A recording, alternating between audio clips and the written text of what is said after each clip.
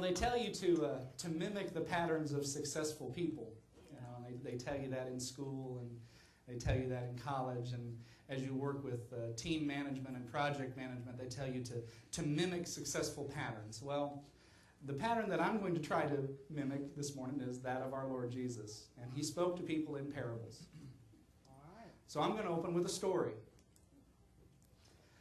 There was a businessman at the pier of a small coastal Mexican village when a small boat with just one fisherman docked. Inside the small boat was several large yellowfin tuna. The businessman complimented the fisherman on the quality of his fish and asked, well, how long it took him to catch them. The man replied, well, just a little while. The businessman asked, well, why didn't you stay out longer and catch more fish? The fisherman said that he had enough to support his family's immediate needs. The businessman then asked, but what do you do with the rest of your time? The fisherman said, well, I sleep late, I fish a little, I play with my children, I take a walk, I stroll into the village in the evening, I sip wine and play guitar with my friends. I have a very full and busy life. Some of you have seen this story before. The businessman scoffed. He said, well, I'm a Harvard graduate and I can help you. You should spend more time fishing and with the proceeds buy a bigger boat. And then eventually you would have several boats. Instead of selling your catch to some middleman, we'll go directly to the processor, and eventually you could open your own cannery. You would control the product, the processing, the distribution. Now you're going to need to leave this small little village and move to Mexico City, or then eventually Los Angeles and maybe New York as your empire expands. And the fisherman asked, but sir, how long is all this going to take? Oh, 15 or 20 years. Wow. Well, but then what? Well, that's the best part. When the time is right, you announce an IPO, you sell your company to the public, and you become rich. You'll be a millionaire. A millionaire? Well, then what? So, well, you retire. You move to a small coastal fishing village where you sleep late, and you fish a little, and you play with your grandkids, and you take a walk in the evening, and then you can sip wine and play guitar with your friends. Sometimes we go all the way out just so we can come back.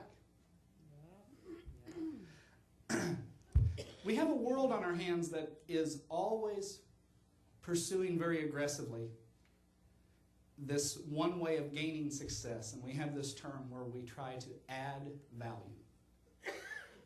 We're always in the search to add value. Now, the term value means a few things. Sometimes we connect it to money and economics. Sometimes we connect it to intangible ways, things that carry a meaning for us. We save our money and then we spend it on a vacation because the vacation has value to our life, and we want to add the value of that perceived vacation. We want to add that into our life.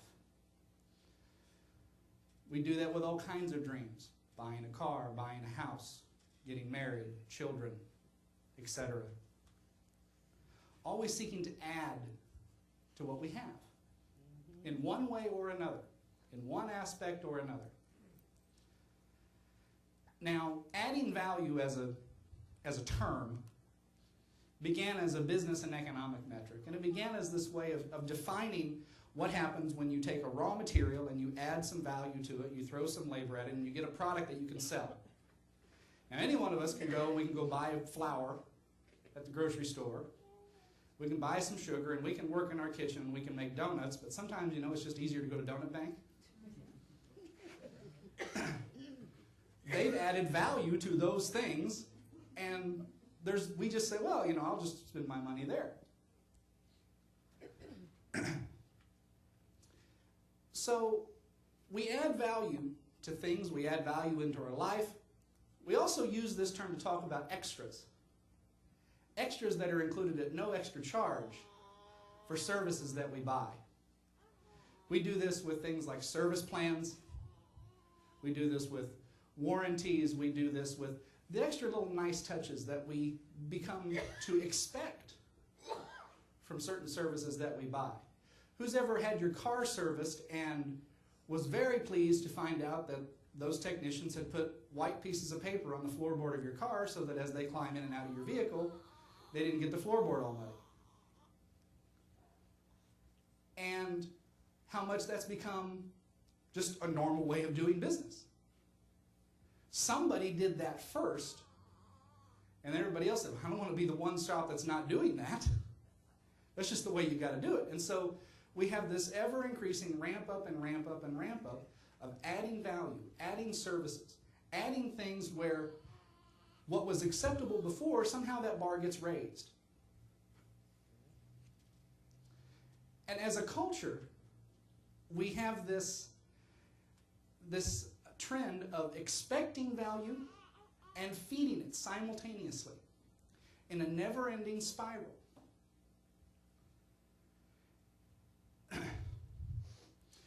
Technology enables us to do ever more. And because the technology lets us do ever more, we ask ever more of the technology. And so we have this never-ending cycle. A computer that you bought 5 years ago may have been very, very valuable 5 years ago. And at the time you bought that computer, you spent real money on that. And it had a lot of capabilities, and it had a lot of functions, and it had a lot of, and now, well, what happened? The computer didn't change. It's still exactly what it was when it was really, really valuable, but somehow it has depreciated. We even have a word for that. We depreciate things that have value over time. Because we know, and it's embedded within us, we know that what I buy today and what I have today isn't going to be as valuable in X number of years. And so, technology lets us do ever more. We have a faster computer, we have a faster drive, we have a smartphone that does more and more things. The smartphones of today do ever so much more than when that term was first coined about 10 years ago and somebody came up with this term, smartphone. Now, they're talking about looking for ways to bring smartphones into even lesser markets around the world, looking for ways to make it cheaper and cheaper and cheaper, trying to get to like a $25 price point so that almost anybody around the globe could approach having a smartphone. This never-ending cycle. So the producers of the components, they have to do it ever cheaper because the ones that want to sell the phones, they want to sell it to a broader and broader audience, and then eventually everybody has it. And you have this saturated situation where we needed some value, we added some value, now we got it and it's not so valuable anymore, so now I got to pursue something that's more valuable. We talk about net worth. Net worth metrics abound in our world. Interesting footnote. Bill Gates is once again on the top of the Forbes list, $73 billion. Now, for perspective, our government will find a way to spend that on one plane, so, take everything into consideration. Finance experts, eager to sell us their services, they bait us with cautions to find value in our investments and to examine our portfolios to pursue value for our retirements so that we can go to that fishing village and just have a calm and easy life, right?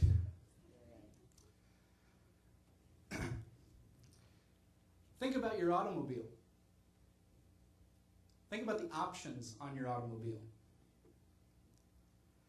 Once upon a time, ideas such as heated seats, dual zone climate control, those were luxury items available only on the most expensive vehicles. Names like BMW, Mercedes, Rolls-Royce, they would have those kinds of things. And then that trickled down to where labels like Lincoln, Cadillac had those kinds of things, and then it trickled down again to where those things are now available on Buick, Ford, Chevrolet, Hyundai. What happened? Well, the seat still gets warm, but now that value's been pushed down even further to where now those really, really ultra luxury cars, well, that's not such a tricky thing anymore. I can get that on my $25,000 vehicle. I don't need to spend $90,000 on that. What happened? It's the same thing, but somehow the value changed. We do this all over our lives.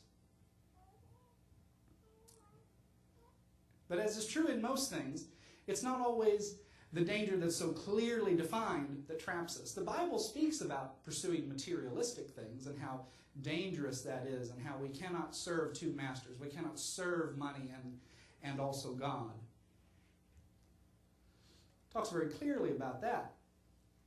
But it's where things get kind of clouded and veiled that there are spaces where the real enemy can hide and pollute our lives.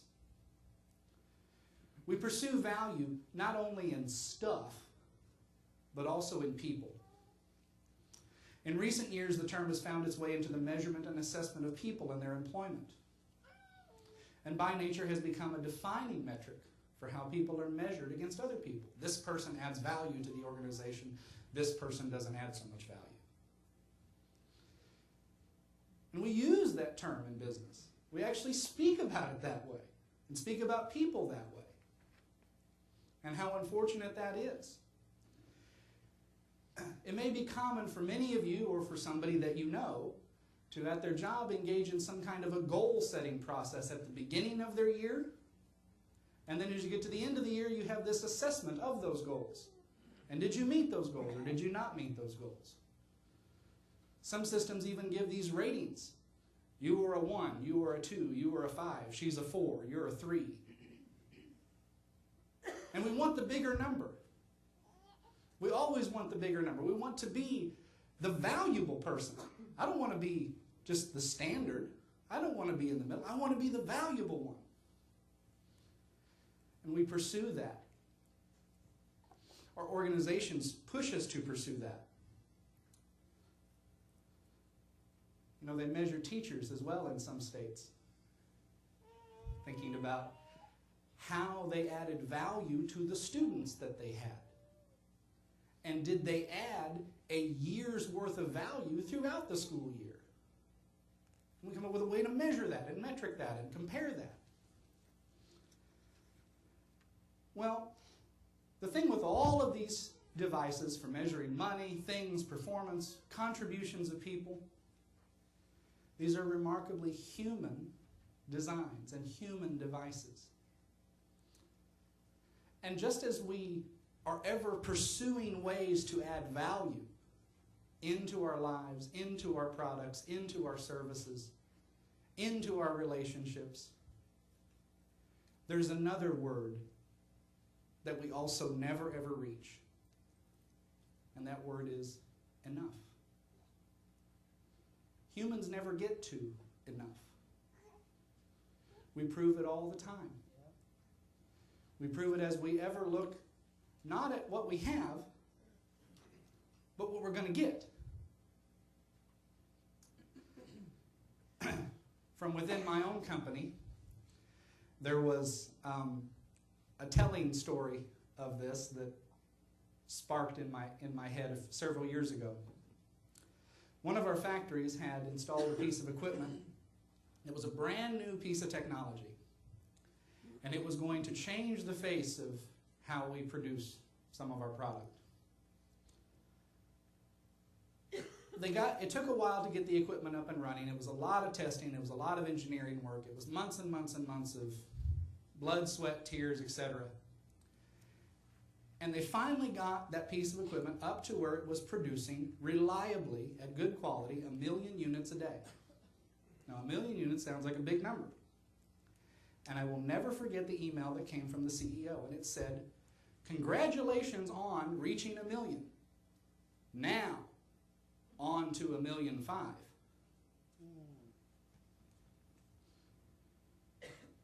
We do that all the time. We do that in all kinds of relationships that we have with people.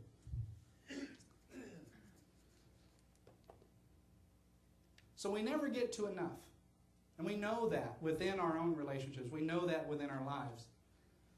But as we think about that, that should also drive us back to Scripture. In Isaiah chapter 55, and I didn't give Karen a file to have these on the overhead.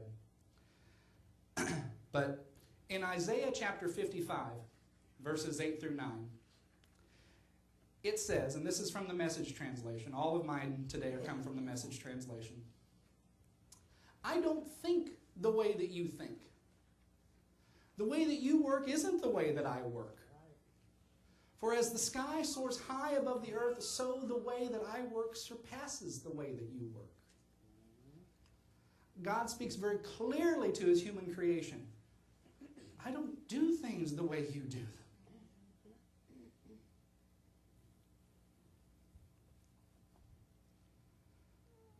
In Luke chapter 21, verses 1 through 4, we have an account that expresses very cleanly how very differently Jesus sees value. This is the story of the widow's mite.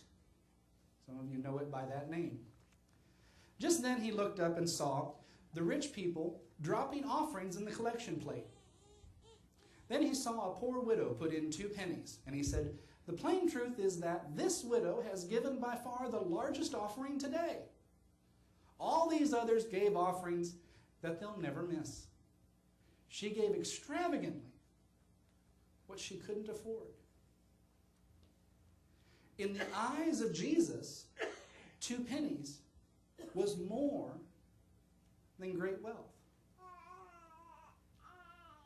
That doesn't click for our human relationships because we don't work that way. And that's part of why we're broken as people. In John chapter 4, we have the account of the Samaritan woman. This is the story of the woman at the well. Sitting at the well, he asked the woman for a drink of water, and there's this moment of cultural shock because she's a Samaritan, and she sees that he's a Jew, and in her mind, that puts a difference in value between them. She's from the opinion that he is going to see her as less valuable, therefore not going to speak to her. And that was a cultural divide that existed between the Jews and the Samaritans. So first, after she gets over her shock of him speaking to her in the first place, he says to her, "Everyone who drinks of this water," this is in verse 13 through 15 of John chapter 4. Jesus said, "Everyone who drinks of this water will get thirsty again. We know that water real well." No pun intended. "Anyone who drinks of the water I give is never going to thirst again. The water I give will be an artesian spring within, gushing fountains of endless life." Jesus has a very different water. The woman said, "Sir, give me this water so I won't ever get thirsty and I won't have to come back to this well again." We go back to the well all the time in our human relationships and in our human lives. We ever go back, looking at the savings, looking at the checking account, looking at the budget, thinking about the expenses, thinking about the plan, thinking about what fits into the plan, what doesn't fit into the plan. In John chapter 6, verse 35, Jesus said, "I am the bread of life. The person who aligns themselves with me hungers no more and thirsts no more, ever." So Jesus makes a different promise. Makes a very different promise than what the world gives to us. The world gives to us this notion that if you work hard, you will succeed. And succeed as defined on the world's terms.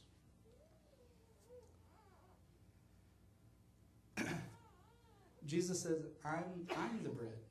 I'm the water. And more than that, to one searching for this water and bread of life, they may allow themselves to be devoured with questions. Why? Why? Why does he offer this? Why does he want to do this work in my life? Well, to this the gospel also speaks. And it speaks to the value that God places upon us. The value that he sees. We know John 3:16 very well, and Pastor Jerry spoke about that a couple of weeks ago. And I would encourage you to see that message again. You can see it on YouTube, you can get a disc. That was powerful, and I would encourage you to reach out to that again. But John 3:16, this is the Message translation. That's another thing that I would also encourage. Don't just live in one translation. Look at a couple of varieties. Look at different sets of words, because words are powerful. This is how much God loved the world. He gave his Son, his one and only Son. And this is why. So that no one need be destroyed. By believing in him, anyone can have a whole and lasting life. What a powerful promise that is. In Matthew chapter 6, verses 25 through 26. If you decide for God, living a life of God worship, it follows that you don't fuss about what's on the table at meal times or whether the clothes in your closet are in fashion. There is far more to your life than food you put in your stomach, more to your outer appearance than the clothes you hang on your body. Look at the birds, free and unfettered. They're not tied down to a job description. Careless in the care of God. And you count. That's what's important. You count far more than sparrows.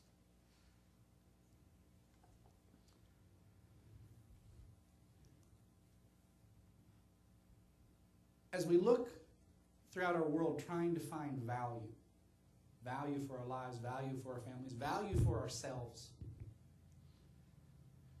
we should never lose sight of the value that God has seen in us. Romans chapter 5, 6 through 8 says it very, very well. Christ arrives right on time to make this happen. He didn't and he doesn't wait for us to get ready. He presented himself for this sacrificial death when we were far too weak and rebellious to do anything to get ourselves ready. And even if we hadn't been so weak, we wouldn't have known what to do anyway. That's important. We wouldn't know how to see ourselves out of it. We can understand someone dying for a person. We can understand someone dying for someone who's good and noble and could inspire us to selfless sacrifice. But God put his love on the line for us by offering his Son in sacrificial death while we weren't of any use to him. Before we could do anything for him, he did everything for us. And that's another way in which his ways are not like ours. We try to project some kind of payoff. We evaluate from job to job. Well, I can make this much over at this career. I can make this much stand here. I can make this much stand there. If I take that promotion, I can go there. We evaluate those things all the time as we think about how to spend the resources that are in our life.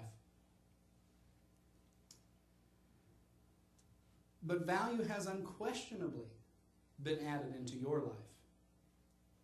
It's a value such that it can only be expressed with the blood of a Savior and his broken body. If you are searching for value in your life, let me tell you, you have value. The investment of the Lord is proof positive of that. The one who made you values you. And he has added all the value, and it will be enough. We're going to observe communion this morning. And I'm going to turn it over to Tracy.